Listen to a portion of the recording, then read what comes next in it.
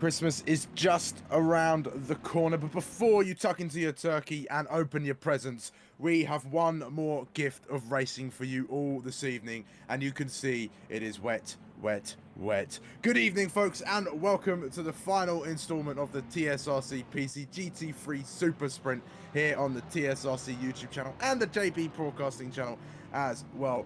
My name is Kelsey Gill, and I've ditched Zach for one Mr. Paul Glover alongside myself and Kieran Sharp in the booth. Good evening, Paul. Pleasure to share the booth with you this evening. How are you? Yeah, I'm good, thank you, Kelsey. Good to be here. Apologies if my voice is a little bit croaky. As you just alluded to, we are upon the festive period, and I had some festivities yesterday, and I'm paying for it a little bit today. But as we were talking before the broadcast, I'm a big fan of Brands Hatch, my local track. Relatively close to yourself as well, but I grew up around the area, so been there a few times, and tricky conditions for the drivers today. You know, it's a small track as we know, and there's not a wide track, but in these tricky conditions, less grip available, making those side-by-side moves a little bit riskier. Yeah, it is. It's an old school circuit as well, so if you go off onto that grass, so you may find yourself with a quick meeting with Mr. Barrier. But it is the finale then. We find ourselves at Brands Hatch, as we've said, and the top 10 are reversed as well. We are keeping our eyes on Mr. Jan Ehler and Christian Müller. They are the closest drivers at the top of the standings. They are 2 points split between the two of them, 1-1-8 for Ehler and 1-1-6 for Müller there as well. We'll talk a bit more about that during the race when we get a moment. But just quickly then, Paul, before we get started, just what do the drivers have to do in this sprint format, this reversed format, for these 40 minutes of racing? Keep it clean, I think. Let the field kind of break up a little bit. Don't take too many risks.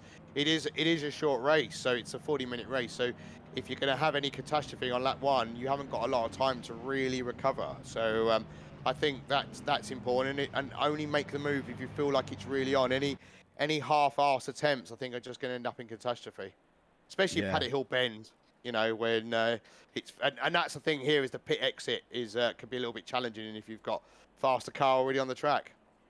Yeah, certainly. We are almost there for the green flags. Mr. Samuel Disco is leading us off, and it's green for this final round of the season then. And they're side by side going through. Now there is Edward Copsey going through the corners as well, and we're looking fairly clean from everybody. Few drivers squirrely as we go along. It looks like James Wright, though, has taken the lead away from the number 33 of Disco. His fans in the chat will be very disappointed with that one, as he's dropping places like a stone.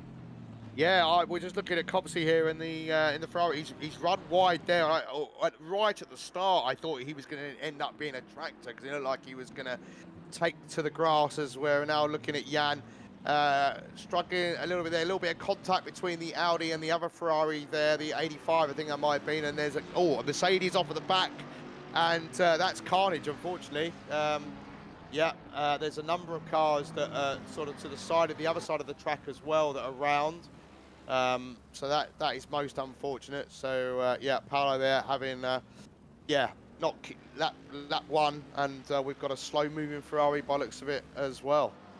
Yeah, treacherous conditions, I think, catching the drivers out on this opening lap of the race, but it looks like the top 10 have got themselves away. That's Christian Müller, though. He's way down the order now. He finds himself in P16. I think he's had a bit of a moment. The conditions have caught him out, and he's way down. One of our championship favourites here is way down out in on track P16 as well at the moment. Kelsey, number 12, causing a yellow flag. Oh dear, yellow flags. Everybody's struggling. Back in the pits now as well. So yeah, unfortunate for them. They've retired. Back to the pits. Oh dear, the conditions catching people out. Then Edward Copsey as well, trying to make up some places. That's Christian Tedder. We saw these two really go ham and fist against one another last week at Suzuka. It was a great little race between them as they went through, but this really opens the door up for Jan Ehler. He's really got to put down some points. We'll try and do the maths for you when we can, but I'll try and have a little look. Don't ask me, because firstly, maths is terrible, but secondly, the way that I'm feeling, my brain's just not where it needs to be today. It's not firing all cylinders as we look at Davide DeMarco then, and we've got a Mercedes and Aston Martin side by side. The Mercedes. See, this is the thing. It's so easy to be the attacker. He's trying a little bit of a switch back there on the Mercedes, but I don't think he's alongside enough, and he thinks better of it. Yeah, he does. It's really all about the limits when it comes to wet weather racing. You've really got to test where the grip is, understand where your confidence is as well, and really just not push if you don't think you can hold it down, because the last thing you want is to have a spin, and the last thing you want is to have a major crash. But I mean, just how treacherous is it in a track like Brands Hatch in these conditions? Oh, it is, especially the curbs, and then over time, as you know, unfortunately, I mean, if it was a bigger grid tonight, you probably find the track would create a bit more of a line. So it'll be interesting to see how that evolves, and like you say, finding the grip during the race. And you know, these wet work tyres are designed with the grooves to push the water out of the way and to allow the tyre to make better contact with the tarmac. So you do find after a little while you'll start to create a bit of dry line. But the more cars you have on track, the quicker that dry line will appear. But it is also still raining quite heavy out there at the moment as well. We can see in about 10 minutes the rain is supposed to ease off. So maybe the grip will come to the drivers a little bit more. And I think then as we get towards the end of the race, because we've got 36 minutes to go, we'll probably find that it will ease off even more so. So, but I think I can't see us using dry tyres today. No, not at all. And I think this is a replay of what happened to Christian Müller. Did he get in a bit of contact? He did. Somebody just misjudged the braking. Number one. Yeah, number one car. Yeah. Misjudges the braking and just tags the rear end of Christian Müller, who was looking very set for the championship this evening, but he's way down in P18. But anything can happen in motorsport as Samuel Disco continues to drop places. Really not having a fun. I think he's got the radio blaring too loud in there, like the Stig, you know. That's probably where the name comes from. I think it's a stage name or something, because he's got some, you know, best disco hits of the 80s and 90s in there or something as he's going around the Brands Hatch circuit there today. Yeah, I think you're right. You see it, you know, like some of the cars are. It's so easy to be on the attack, and then suddenly you're having then to defend from a car behind. As we look at the 999 here, quite an extensive amount of damage as they enter the pit. So that is one badly damaged McLaren. Yeah, McLaren looks very poorly as it peels into the pit lane through there. Then we've got Almonte on the attack, perhaps turning that attack into defense now. He's got behind him Marchioni in the 86 Ferrari, all on his case, trying to find a way through. Ehler just behind as well. Gaps opening up. James Wright doing a great job controlling the pace at the moment. He's keeping Tedder at arm's length, but Copsy's right there as well. So there's a little battle for second going on there, but we're focusing on this battle for what looks like 5th place, maybe even 4th if they can close in on DeMarco up ahead. And we talked about the dry line and all the grip being there, and to overtake you've got to take those risks on the slippy parts of the track and get out there. But with it being so narrow, you've really got to think about where you're going to go for those attacks, haven't you? Yeah, you have. Yeah, and you've got to hope the grip's there as well. And like I say, the problem is if you kind of try and force a move, or you know, if it's not really on, that's unfortunately where things tend to go terribly wrong for everybody concerned. And that's what happened. I was just having a little look while you were talking as to what happened to the 12, and apparently, you know, where the contact was made with the Mercedes, a car then's come back across onto track, and it's taken out about 3 or 4 cars. You know, like they're 10-pin bowling. Unfortunately for the other drivers, and that's the thing. It's not just your race that's ruined because you've gone wide, and you know you found the grass.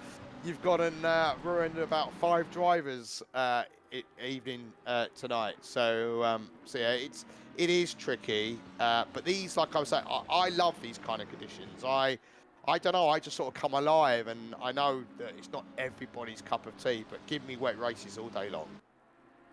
Yeah, I think it's one thing to drive around in dry conditions. It's another thing to master those slicker conditions, those wet weather conditions, and it could be such a grueling task as well. I mean, this is a nice short circuit, so there's not it's not too long. I think just this Tuesday I started a wet weather race around the Baku City circuit in the F123 game, which felt like hell. The first 4 laps were under virtual safety car. We had about 30 seconds of green flag racing, while about 6 cars all crashed all around the castle section and into various other walls. But thankfully the walls aren't so close. They're not too far away around this Brands Hatch circuit, but they're not as enclosing as they are a street circuit like Baku. And here we go, side by side through Druids now. The McLaren slipping up the inside of the Aston Martin of Disco. That was a lovely little move, very committed from the number 1. Yeah, very good, very good. Oh, the Aston's got a little bit wide. I think he's about to lose another position. Just didn't have the grip as he came out of Graham Hill there. And and this is you know, if you can get a really good run up this hill, you know, it's one of the, I think it can become an opportunity. You can take the right-hander side by side, but you need both drivers to really have that level of awareness to make it happen. But and also you can take different lines there as well, which is always makes things rather interesting. And as you come up here, you know, we're looking at Maurice striker, we come up the hill. You know, you got to try and find the break. You know, because if a car loses it over that crest, you can't really see them at that particular point. But DeMarco's got the fastest lap of the race now with a 1:28.2. So we're getting there, showing a bit of pace, quicker than the guys ahead at the moment. So that's worth keeping an eye on. He's about half a second back. And like I said, there's a yellow flag out for car number 8. Currently off the track, now back on. So had a little bit of a moment around the back of the circuit. Everybody's struggling, seemingly. There's Davide DeMarco, winner of race number 1. Wasn't able to make it at Suzuka, but he's back out on the circuit for the final round. I think he'd have to do quite the performance in order to get anywhere near the championship. Still working out the numbers, still crunching them, as they say, but I'll try and keep you updated on that. And hello to everybody in the chat, by the way. It's been criminally long that we've left you hanging there to say hello. There's Josh in the TSRC chat, and there is Blocks Simulators in the JB Broadcasting chat, or Kyan, I think. I hope I'm pronouncing that right. That's my curse as a commentator. It's all a constant game of names. Isn't it? Yeah, I'm terrible. I'm always butchering him, but I just own it. You know, I think that's the only way you can do it. You know, unless they tell you how to pronounce it. How are you sometimes posting those as David Day here, trying to show his nose. Thought that nearly was quite risky there, wasn't it? Because he wasn't quite able to make the move. But both drivers, they're giving each other enough room so they could share the same bit of tarmac. Yeah, it wasn't quite on, was it? But he was just sort of putting his nose in. Clearly got the pace, though, isn't he? He's clearly got the pace. Yeah, he does. He's just got to allow for no frustration to really pop in as he's going through. And well caught. Well caught. Yes. Wow, that could have been ended in absolute calamity as he came through the paddock before Christmas, wouldn't it? Yes. Oh dear. Yanni trying to make up the moves, striking very close to the back of that Mercedes. Goes wide though, goes wide. I think that might let the Ferrari in there on the inside. No, not quite. That Mercedes has got really good low. I was driving Monza on Tuesday night, and a friend of mine that I raced with was in the Mercedes, and every time we come out of the corner, I was in the Lambo Evo 2. It was just leaving me for dust. Like, it was just laughable. Like, I was like, I would be like 0.5 seconds ahead, and then he would be like trying to make the move at the end of the start-finish straight. Like that's where the Merc is strong. Through the more technical elements, it's where it struggles. Yeah, it's really. We and Zach always talk about it when we're on a Thursday night. Is that one of the best things about this GT3 racing is the different manufacturers, the different makes of car. Yeah, all have their own strengths and weaknesses, and it's down to the drivers to really harness the abilities of the car as Maurice Stryker peels into the pit lane, one of the first front runners to make a stop in this race. I think Marco's making a move in Paddock Hill Bend. He's very aggressive from behind. I thought a little bit too aggressive because you got to remember it is wet, and I thought it was going to unsettle the car. And he's tried to. Druid can he stick it out? I don't think he can into Graham Hill. Yeah, he's slightly later on the brakes there. There's a little bit of contact between the two of them. The Lambo runs wide. Now he's going to lose a bit of speed. And then we've got the other McLaren who's going to have a little of a sniff as well. Oh, that Lambo's, I think he's got a worry here, hasn't he? I think he's, hasn't quite got the straight line speed. That McLaren's going to be faster. Yeah, well, James White was leading up until, well, a few more laps ago than that, because Copsey has taken the lead of this race. And look how close they are coming through there.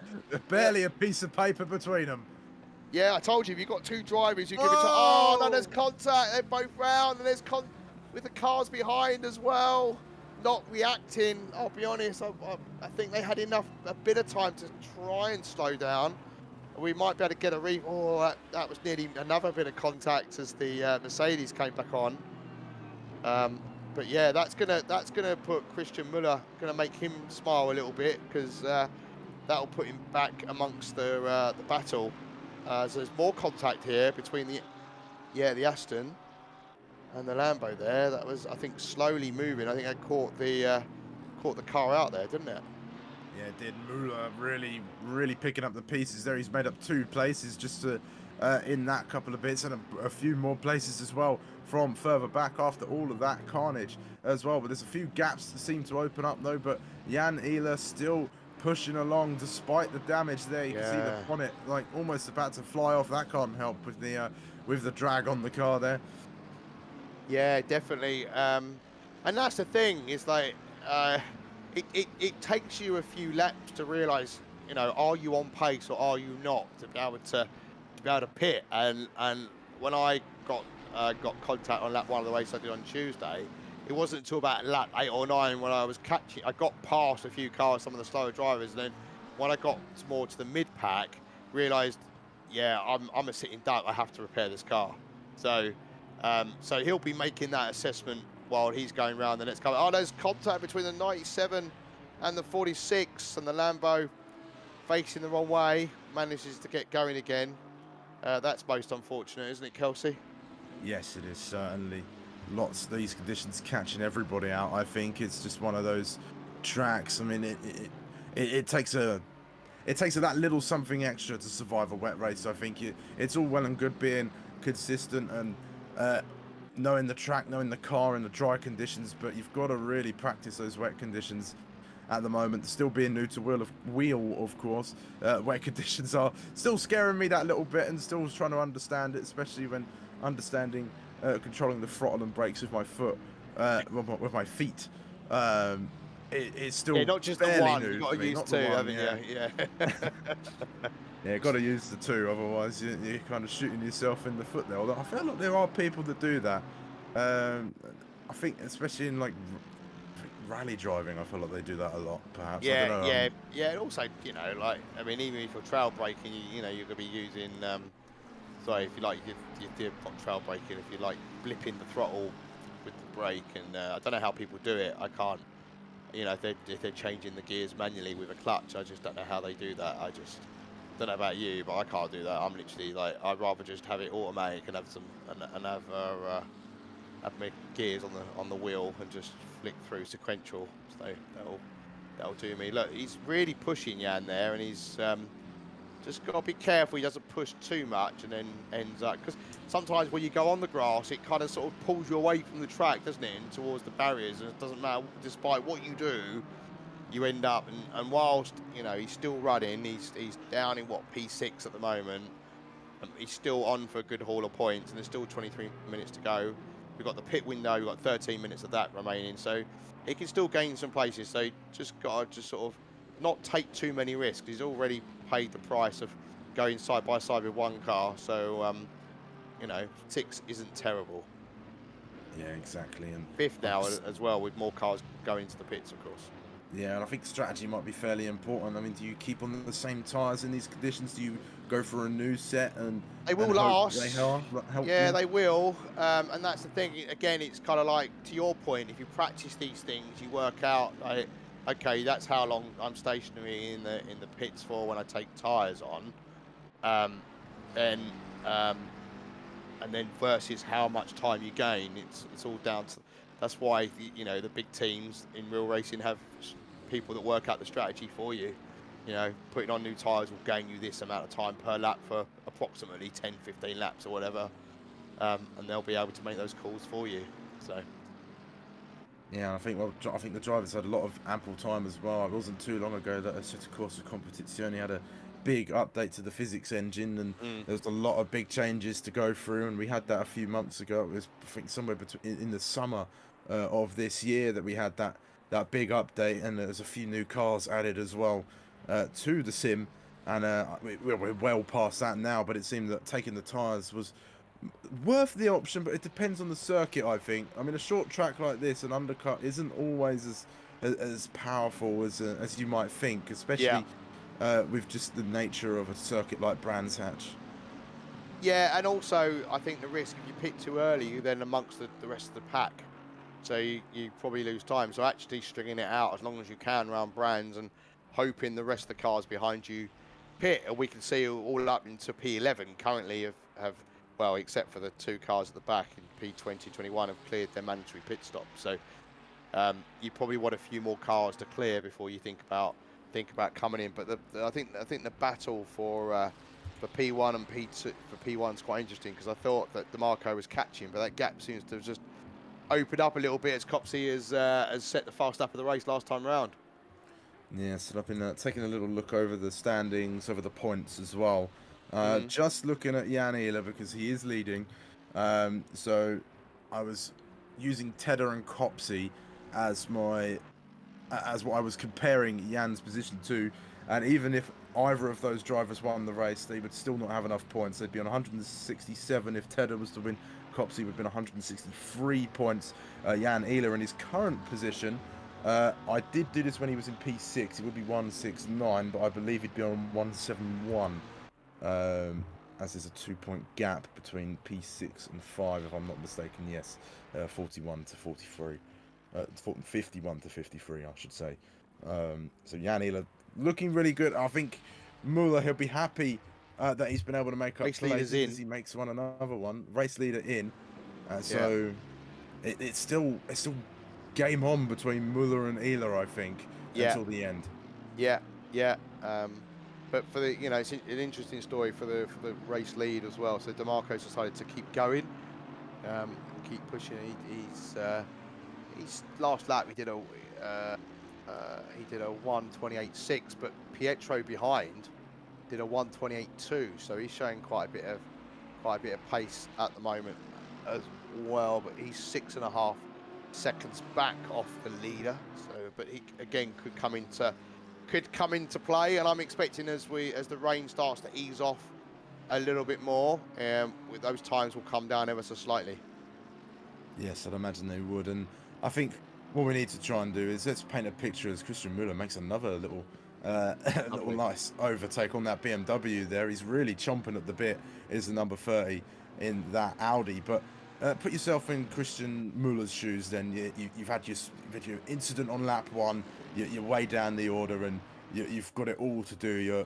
Your rival's a few places ahead of you. It's wet conditions at Brands Hatch. What's your mentality going for a race like this? I think he's in the moment he's got there's a yellow flag for 64, who's in P3. He's off in Paddock Hill Bend. That's unfortunate. Gets back on track. Oh, questionable re-entry there for me. Not too far away from Muller. So Muller's gained another position there. So I was about to say before that incident, well, Muller's got 6 seconds to the next car. I would keep pushing, because if the gap was closer, then I'd think about pitting, because you're going to lose time by trying to make an overtake. Now you've got Jan in the pits, Cisco in the pits, Wright's in the pits as well. So you've got another 3 cars clearing their mandatory pit stop. Copsey's come out in P6 by the looks of it, so we'll see the live timing sort of update. Sometimes it can tell us lies. But yeah, if I'm Muller, I'd just be like, just got to keep going. Just got to keep doing what I'm doing. Don't need to overdrive. He's clearly got decent pace at the moment, and he might want to think about coming in with about 15 minutes to go to then make oh, there's a car around in the back. Is that Pinot? Is that the number 1 McLaren? Yes, it is. He's off. He's pirouetting on the grass. But yeah, to answer your question about Muller, I would think about coming in the next few minutes, because then you can make the most out of those tyres. If you leave it too long, you might as well not put new tyres on if you're going to do it. So, and we don't know if everybody else has taken tyres. I mean, a lot of the pit stops are around about 55, 60 seconds. So, potentially. Yeah, and it gives either that plenty more time to get himself back into a rhythm. I mean, having that pit stop can sort of disrupt the rhythm that you've built up at the beginning of a race, and so it's important to use that outlap to really build up that confidence again, especially in a wet weather race. And I think responding as soon as possible is what Muller needs to do now, because it's such a close fight, 2 points between it. All Muller's got to do is finish ahead of Ehler by 1 position, and he's got this on count back, as we said at the beginning. So it's still game on, it's still going. And the thing that I enjoyed about this series as we went in is it was a really open book from the very start, because it's such a high scoring series as far as P1's concerned, and it just allowed for this lovely little close battle to be fought. And especially with that reverse top 10 there as well, you chucked in a lot of the well, I suppose the most competitive drivers of the 38 that I believe started the series off, all amongst each other to fight over the spoils. Yeah, I think Muller's got enough in his pocket to make a pit stop and potentially stay out in front at the moment.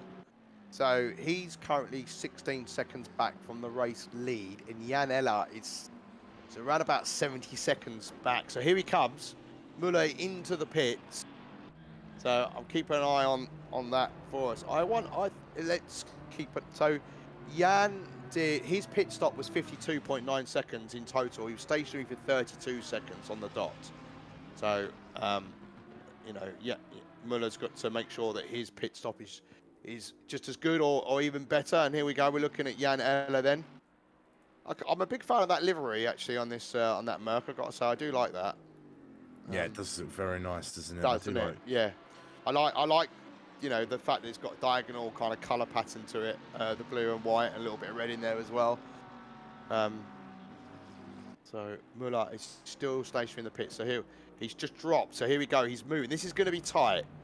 He might just sort of get out ahead, I think, at the moment, but he's got to get those tyres up to temperature. That's the advantage, you know, because even if he hasn't changed, they're obviously going to lose temp. So Jan will be a little bit despondent seeing that now, probably. But they're close out on track. So let's see if Jan can bring it to him. Yeah, the chase is on now. You can see that we're waiting for that time and tower to update, but I'd imagine he's probably about 2-3 seconds clear at least. 3, yeah, I think 2.8 to 3. I think you're right. Yeah. Yeah, just looking at the track map, I was keeping an eye as he was coming round, but they're making their way through. But what Ehler's got to use in these early laps after Muller's come back out onto the track is the heat in the tyres. Leaders are now in as well. Mav Gardner not yet to stop in the BMW, so he's going to take the lead for now. But we're keeping an eye on Muller and Ehler. Here is Copsey as well, trying to recover as much as he can. He's chasing after Marchione ahead, not Marchione ahead of him though. He's going to be chasing after Mav Gardner ahead, who's quite miles ahead actually as far as pits. So this is your effective leader. Yes. If the others don't come out ahead of him. DeMarco's now moving in the pits. He just got passed by another car in the pit stop as well. So he's lost a position in the pits. Who was our race leader? There's another car right behind them too. Paddock Hill Bend. It runs deep. But yeah, so and that's Maurice Stryker. So yeah, so Gardner, as you say, leading the way. He's doing 129s. He's off the pace at the moment, so bit risky, but he's got just over 3 minutes of the pit window remaining. Yeah, he's got to come in soon. There's a few stop-go 30s being dished out as well. Miller with a stop-go 30, Rubini a stop-go 30 as well. Either speeding in the pit lane or just being naughty. The stewards have caught them out there as they've gone along. How about Almonte? Is he going to make a move in towards Paddock Wood Bend? Not quite. He thought about it, but right, saw him off, went around the outside, closed the door back on him. He's got to watch out for that Porsche as well. I think out of all the GT3 cars, that Porsche is probably the most all-around performer out there. It's so nimble. It's got decent speed as well, and it's probably one of the top picks. It's either the Ferrari or the Porsche if you're going with the popular choice. But we've seen some great racers behind the wheel of that Porsche in the time of the TSRC. Yeah, the engine's in the wrong place for me. As it loses fuel, I find it harder and harder to drive. So Gardner's gone in. He's now lost the leader race. So Copsey's back into P1 with the and he's did last time round in a 1:27.9. So back straight on the pace. Yeah, it certainly is, and a lot of scrapping here. Both going off the circuit in that one. That was a little bit risky. There are 3 cars all close together. I think he's going to let him back through. Yeah, letting him know what he thought of that as well. So, yeah. Happy was James Wright with the move. Ryan Blanchett chucked on him there, and quite nice right sporting. Too. Yeah, a bit aggressive, wasn't it? Probably not giving him enough room there. Yeah, certainly. Just a little bit too much in there, but a nice bit of sportsmanship on display. Maurice Stryker, by the way, he's been having quite the little run of late recently. He's been really consistent. He's been up in the top 5 quite consistently, and he's been racing incredibly well as well. And I've always liked Maurice Striker's liveries, whether it be on this Ferrari or on the Honda that he does sometimes drive as well. And he's been having a great little run of form as the Dutchman. Yeah, we've got a yellow flag out for car number 7. He's round on the track. He's managed to get out of the way nicely there. Well done, good job. Nice little battle here for P2 though, isn't it? I mean, you got P2, 3 and 4 within, well, less than a second of each other. So, Yeah, it is running very nicely. Yeah, so you know, if you're Striker behind, you're probably thinking, you know what, I'll let these two battle, and I'll maybe I've got 10 minutes to maybe sort of take any scraps that come my way. Yeah, I mean, it can be somewhat advantageous to be the last car on a little train like this, because you're getting 2 helpings of that the marker draft ahead of you. No, yeah. Yeah, exactly. Yeah. And you've got the 2 cars who, you know, the middle car's the more likely driver to make the first move in a freeway battle like this. So you can just sit there nicely and think, okay, I'll watch you, I'll see where you're gonna go wide, and sit in the slipstream and just let you guys drag me along while I wait to pick you off if you make a mistake. And that's sometimes the best place to be sat, as Ryan Blanchett makes a clean pass this time on James right at the final corner. Much better, much better. A lot more room given to it, and a wider section of the track as well, which makes it easier too. But yeah, and risky how far they go out on those curbs. They can be quite slippery in these conditions. But if you've got to try and use speed to be fast, you've got to try and use all of the track. So, but yeah, the P2 and P3 seem to be sort of, I don't know, Striker sort of looks like he's dropping off the back of these two a little bit. That might be on purpose, or it may be that actually these two have got the pace on him at this time of the race, and we've just got just over 9 minutes now, and maybe each of them might just be happy just to take the points that they've got. You don't always have to. Sometimes it's trying to. I know it's not necessarily great for the viewer, but at the end of the day, I'm quite happy with this position. I'll just sit here and just take the points, thank you. Yeah, I mean, it's always about winning. I mean, although if a driver has the opportunity to go for a win, I'll dare you to tell him to back off, because it's not going to happen, I don't think. No. Oh no, if it's an obvious chance, then but it goes back to my point where I'm like, some people just force things that aren't on, and then that's where things are likely to go the way that you don't want them to go, But and it's a thing, right? Is also, are you talking earlier on about the different characteristics of the cars?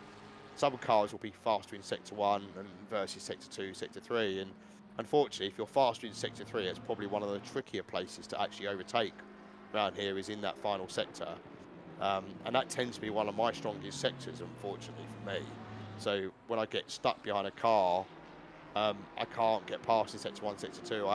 Sector 3, I'm not getting past either a lot of the time, because it's so tight around here. And that's why we've not seen a lot of overtakes. And the ones that we have seen have either, had that thin paper width between them, or there's been contact. Yeah, and I was thinking about this today, actually, just of how this, of how speed and patience, when they seem to be 2 things that shouldn't go together, but when they do, you get this absolutely incredible marriage between sort of the 2 of them as you go through it. You've got to be patient, you've got to be quick as well if you want to succeed in motorsport, and it's just insane, and how these 2 things can come together to form incredible drivers even. Yeah. As well. It's I'm struggling. I'm struggling with consistency at the moment. That's my main battle, as Mav Gardner's making moves. That looks like Pina as well on Mr. Samuel Disco, and he's just lost another 2 places. He's still got the radio blaring. Yeah, that's gotta hurt. But yeah, I can see that Muller's keeping Jan Eller at bay. So that gap's opened up to 8 seconds now. Striker's 3.5 ahead from Muller, but I don't know if he's gonna be able to close. He was a second quicker than Striker last time around, so you never know.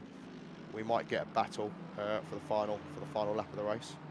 I mean, more importantly, Muller has really opened up that gap to his rival Ela Yeah. there. I think Ela is slowly waving goodbye to that championship as the time ticks down. We've only got 6 minutes and 15 seconds left of this race here at Brands Hatch. There might be some drivers out there hoping that the clock ticks down that little bit quicker in these conditions. But here's Paolo Cisco all over the back of James right here, the NERT racing team livery, the large Italian contingent out on the grid being represented here in the fight for P12. Yeah, and there was a moment earlier on we were watching this and like watching the Aston sort of ride in the curb, and it really unsettled the car. And that, coming out of there as well, it just the Aston just doesn't look quite on it. Doesn't look as planted as the Lambo or as the Mercedes, but is stronger in other parts of the track. And I used to drive the Aston a lot, and as we got Gardner here, who's lost a position to Pinner. So he falls down to P9, and but the Aston Martin's still watching these two as well, so he hasn't dropped off the back following losing those 2 positions up in Druids. But yeah, we've got these nice little battles around the circuit. Muller is closing that gap on P4. It's now 1.5 seconds, so he doesn't need to make that move because, as you say, like, he's keeping Jan behind, and that's what he needs for the championship, right? Yeah, that's it. That's exactly it, and it's Ooh, working. the BMW there got a little got greedy on the curb, and that's leaving the door open for the Aston. Yeah, Contact between them as well. comes through, and I think a little bit of argy-bargy lets him back through there, and I think rightly so. Do you think you need to let him through? I thought that was fair. I thought that was quite fair, but I don't know. Yeah, I think it was on the very limit, I suppose. I mean, he did make a mistake, didn't he? So it's not like he forced him off the track as you go through there. James Wright just lost position to Cisco. Then, obviously, now the Astons come off the track, and both of them are going to hopefully get past. No, not quite. Not quite through Clark Curve there, the final corner. As they go down, Cisco managing to just hold on to it, but not keeping James Wright behind him on that occasion. Here comes the Mercedes, though, getting close to the back of the car ahead of him. Not quite going to work on that occasion. I think one of the closest battles on circuit, although there's still a little fight for P2 going on, although DeMarco, there is, that gap is last time around close as well. DeMarco set the new fast up of the race, 1:27.4. Really pushing is Davide DeMarco in the McLaren, the number 39 car, pushing after the 2 Ferraris, I suppose, although Copsey is an 8.2 seconds down the road, so there's not going to be much in it for that as he goes through, but still pushing along. Can he get there? Christian Muller, meanwhile, he's caught up to Maurice Stryker for P4, so he might even open up that gap that little bit more and be 2 points ahead of Ela come the end of the race if he manages to grab P4 on this occasion. And it's been, I mean, I was keeping my eye on Muller from the very beginning. You know, I saw that he was even back to the first round. I saw he was alien on the sim grid there, and I thought to myself, I think this guy's probably got the best shout of winning as Almonte's off the circuit there. I think that's in sector 2. Yeah. Unfortunate for him. I don't think he lost any positions with that spin, but here we go. This battle is continuing, isn't it? Like now Muller is up on the back of Stryker. Stryker gets a little bit squiffy there. I mean, if I'm Muller, I wouldn't take any risks as such, especially when you've got a driver that appears to be struggling as he is. Could end up being contact, but he's going to try and make the move for a Clark Curve. That's a nice little move. He's still going though. It's going to be a drag race all the way to the first corner, but I think the Audi's just got that straight line speed to get its way through and into P4. That was brave. That was ruthless from Christian Muller, and he's been able to put himself up into P4.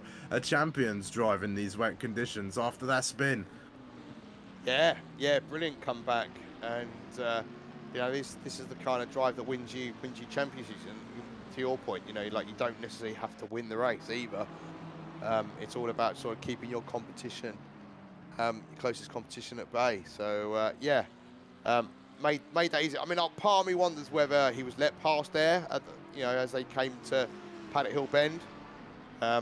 You know, sometimes, you know, if I've got a much faster car behind me, I sometimes go, "God, just have it," because I just want to focus on my apexes and my braking, and I could do without the distractions. Thank you very much. So Yeah, I'm a bit of the opposite in all honesty. I don't care who you are, you're not coming past me. sometimes I turn it into a game, and I'm like, right, I'm gonna make it really difficult for you. But if I'm trying to beat somebody, or I'm like my focus is somewhere else, then I will sometimes let you know, if they're 2.5 seconds faster than me a lap, I'm gonna like.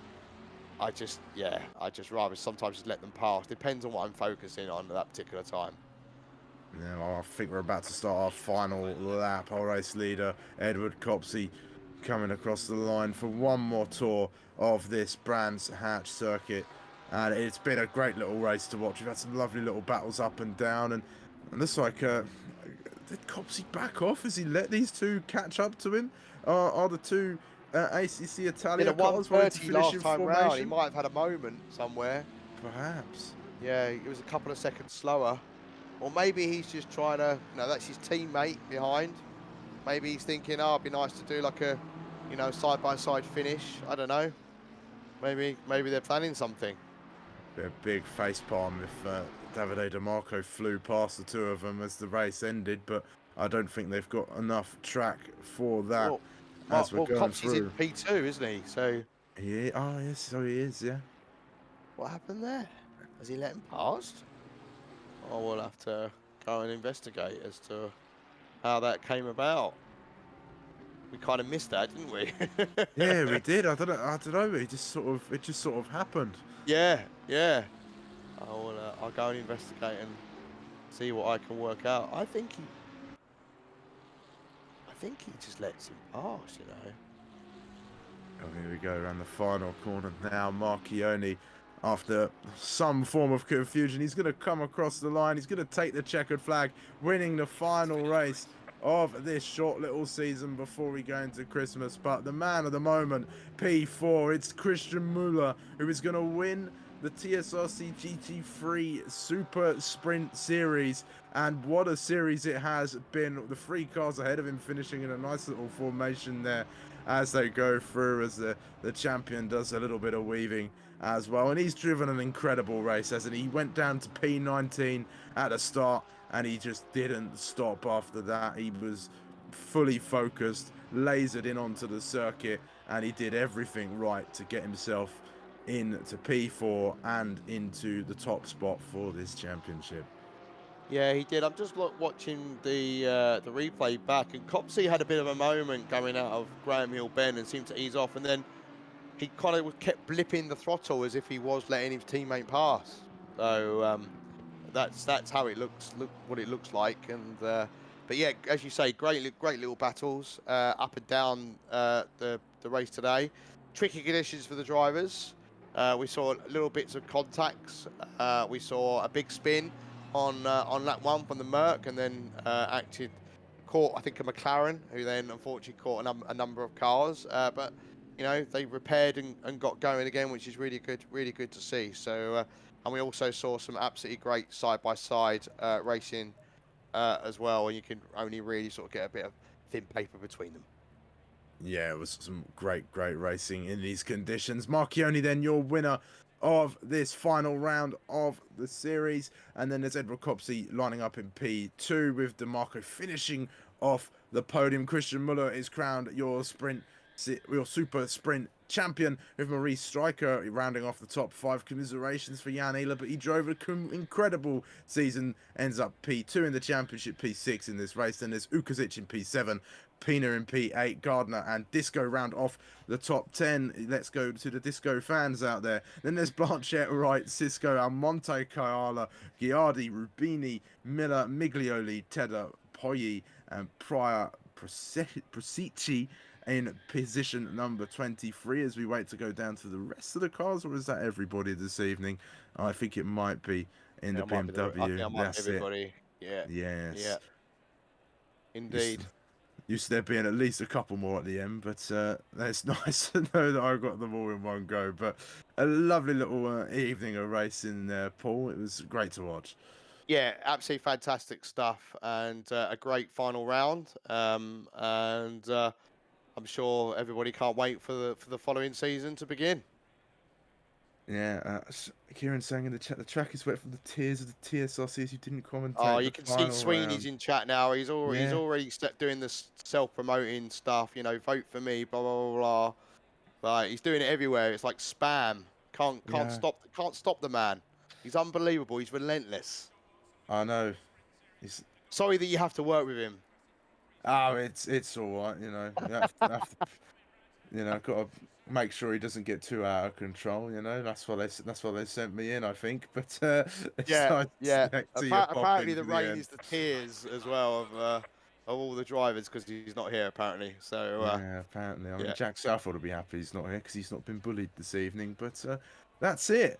That's going to be your TSRC action at least until the new year. As far as I'm concerned, there's nothing I know coming around. It's been a pleasure to be here giving you all the racing action when I can be here to do it alongside, whether it be alongside Zach or Paul or any of the other contingents of commentators, and of course.